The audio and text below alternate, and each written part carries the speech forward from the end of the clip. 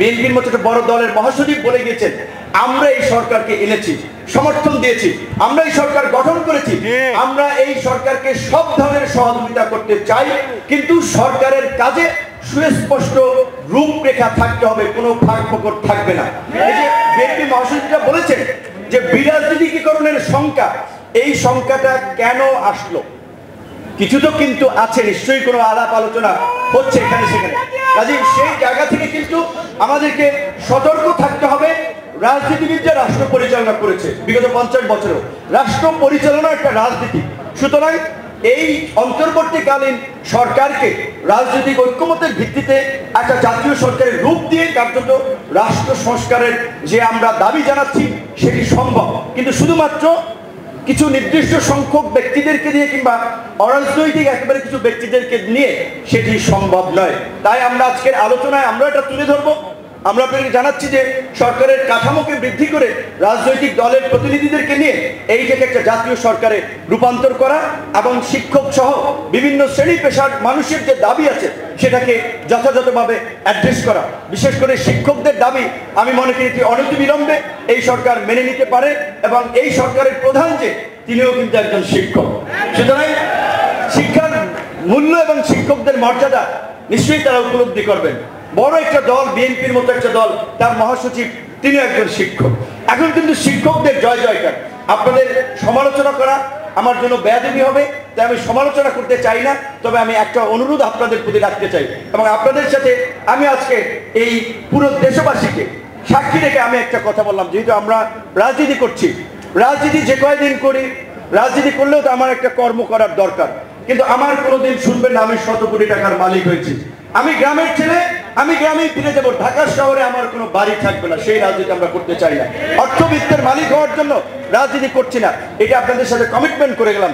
আপনাদের ছাত্র হিসেবে আপনাদের কাছে একটা অঙ্গীকার চাই, আগামীর বাংলাদেশ বিনির্মাণ করার জন্য নৈতিক মূল্যবোধ সম্পন্ন মানসম্মত শিক্ষা আপনার শিক্ষার্থীদের কিংবা তরুণ প্রজন্মকে দেওয়ার জন্য আপনারা একজন আদর্শ শিক্ষক হিসেবে নিজেকে তুলে ধরবেন, নিজেকে উপস্থাপন করবেন, যেন আপনার ছাত্ররা আপনাকে অনুসরণ করতে পারে।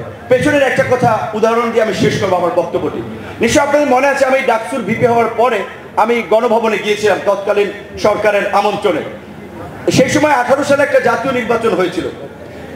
জাতীয় নির্বাচনে বিএনপির মতো একটা দলকে কারচুপি করে মধ্যরাতে ভোট করে 7 জনকে মানে সিলেকশন করে ঘোষণা দিয়েছিল, বাকিদের ঘোষণা করে নাই। তো আমি তখন চিন্তা করলাম যে বিএনপির মতো একটা দল 7 জন সংসদে গিয়েছে, বিকজ পরিস্থিতির মধ্যে যেখানে স্পেসটুকু আছে ন্যূনতম কাজে লাগিয়ে প্রাতিষ্ঠানিক জায়গা থেকে ফাইট করতে হবে।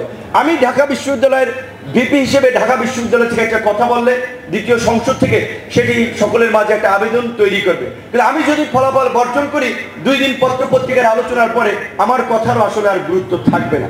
কাজে যখন আমরা সকলের মতামত নিয়ে আমরা গণভবনে যাই, সেই সময় আমার বক্তব্যটি যদি শুনে থাকেন, আমি পরিষ্কারভাবে প্রাথমিক বিদ্যালয়ের একজন শিক্ষিকার কথা বলেছিলাম। যেহেতু ছোটবেলায় আমার মা মারা গিয়েছে, তাদের যে স্নেহ ভালোবাসা পেয়েছি তাদের কথা আমি বলেছিলাম। সুতরাং আজকে আমাদের কিছু অভিভাবকরা দেখা যায় ছাত্রকে মানুষ করার জন্য একজন ছাত্রকে হয়তো একটু কটু কথা বলেছে, কিংবা একটা ব্যাগ দিয়ে একটা বাড়ি দিয়েছে, তার জন্য স্কুলে তুল কালাম কাণ্ড করে ফেলে। সুতরাং আমাদের এই ধরনের অভিভাবকদের মানসিকতাও পরিবর্তন করতে হবে।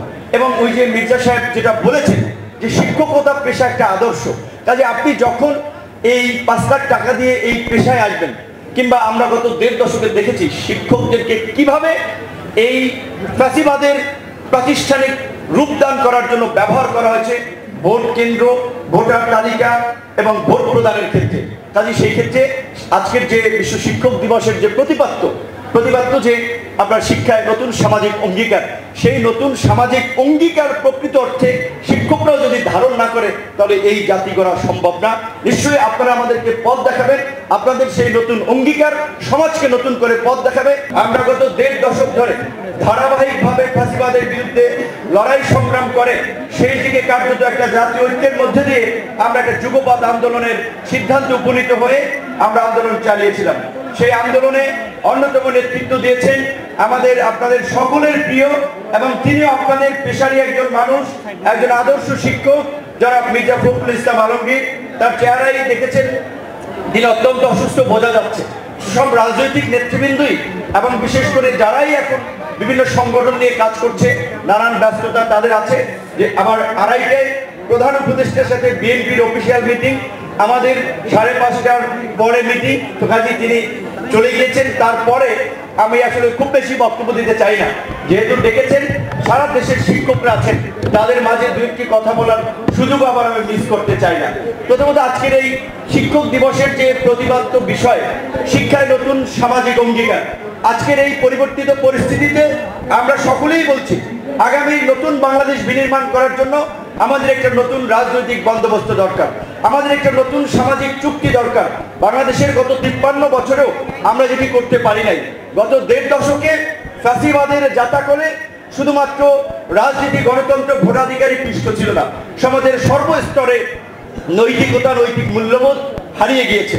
যেই কারণে আজকে আমাদেরকে সমাজের এই মূল্যবোধ ফিরিয়ে আনার জন্য নতুন সামাজিক চুক্তির দিকে যেতে হবে। সেক্ষেত্রে শিক্ষকদেরকে অগ্রণী ভূমিকা পালন করতে হবে, শিক্ষকদেরকে আদর্শ সমাজ গঠনের জন্য কাজ করতে হবে, যেটি আমাদের সম্মানিত আজকের প্রধান অতিথি তিনিও কিন্তু বলেছেন। আমরা যদি মানসিকতার পরিবর্তন না করতে পারি তাহলে কিন্তু আসলে এই পরিবর্তন স্থায়ী হবে না। আজকে আমরা নতুন সংবিধানের কথা বলছি, রাষ্ট্র সংস্কারের কথা বলছি, জনবান্ধব প্রশাসন, জনবান্ধব আইন শৃঙ্খলা বাহিনীর কথা বলছি। আমাদের মানসিকতা যে গত 1.5 দশকে যেখানে গিয়ে ঠেকেছে, সেই মানসিকতার যদি পরিবর্তন না হয়, রাষ্ট্র সংস্কার, নতুন সংবিধান দিয়ে কিন্তু কার্যকর পরিবর্তন হবে না। আপনারা স্কুল এবং কলেজে যারা শিক্ষকরা আছেন, শিক্ষার মূল ভিতটা রচনা করে স্কুল কলেজের শিক্ষকরাই। সুতরাং আগামীতে যেন আদর্শ একটা প্রজন্ম গড়ে তুলতে পারি, আমরা নৈতিক মূল্যবোধ সম্পন্ন একটা নতুন প্রজন্ম গড়ে তুলতে পারি, সেজন্য আপনাদের ভূমিকা অনস্বীকার্য।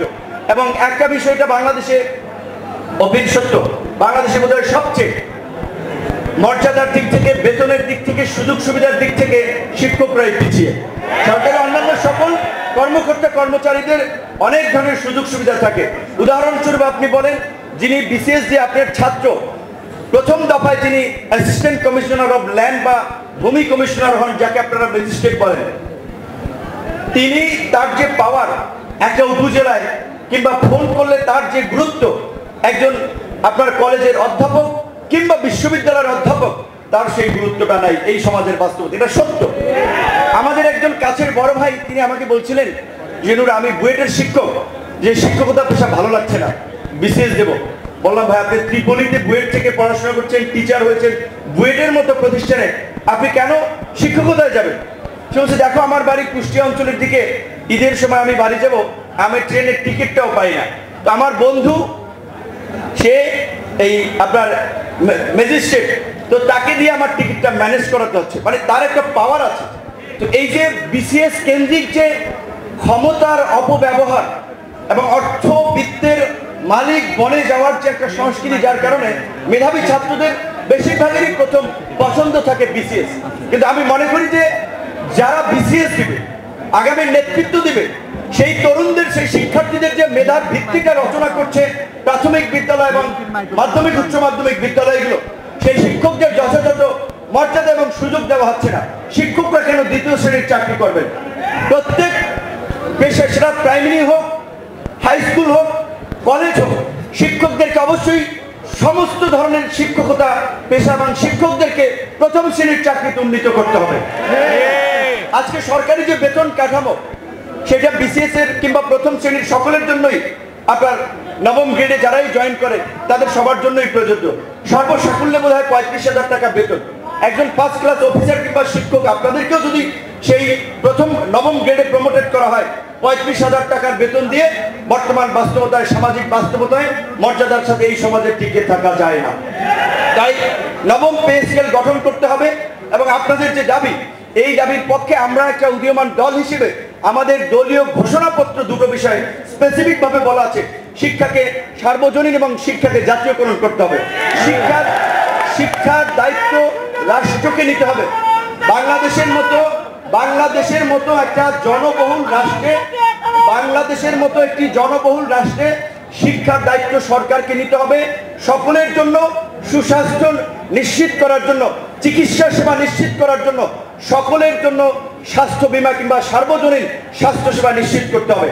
আজকে গবেষণায় দেখা গেছে বাংলাদেশে প্রতি বছর 18 থেকে 20% মানুষ নতুন করে আপনার দারিদ্রতার শিকার হয় শুধুমাত্র চিকিৎসা ব্যয় মেটাতে গিয়ে। বঙ্গবন্ধু শেখ মুজিবুর রহমান মেডিকেল বিশ্ববিদ্যালয়, যেটা বিএসএমএমইউ, একজন ভাইস চ্যান্সেলর বলেছিলেন, ডাক্তাররা যদি কমিশন না খায় 60% চিকিৎসা ব্যয় কমে যাবে। তো এই যে চিকিৎসা সবার নাগালে পৌঁছে দেওয়ার জন্য, সবার স্বাস্থ্য সুরক্ষার জন্য চিকিৎসাকেও গুরুত্ব দিতে হবে এবং শিক্ষা তো সকলেরই প্রথম চয়েস। তো আমি সরকারকে অনুরোধ করব, যা আমাদের আজকে প্রধান অতিথিও বলে গেছেন, বাংলাদেশে দেখেন গত 53 বছরে বিএনপি, জামাত, সমস্ত রাজনৈতিক দল, ইসলামিক দল, বাম দল, ডান দল এই রকমের এক বিন্দুতে এসে মিলিত হয় নাই একটা ফাঁসিবাদী শাসনের অবসান এবং সার্বজনীন সকলের সমর্থনের ভিত্তিতে একটা নতুন অন্তর্বর্তীকালীন সরকার। সুতরাং সরকারকে আমরা অনুরোধ করব, যেটা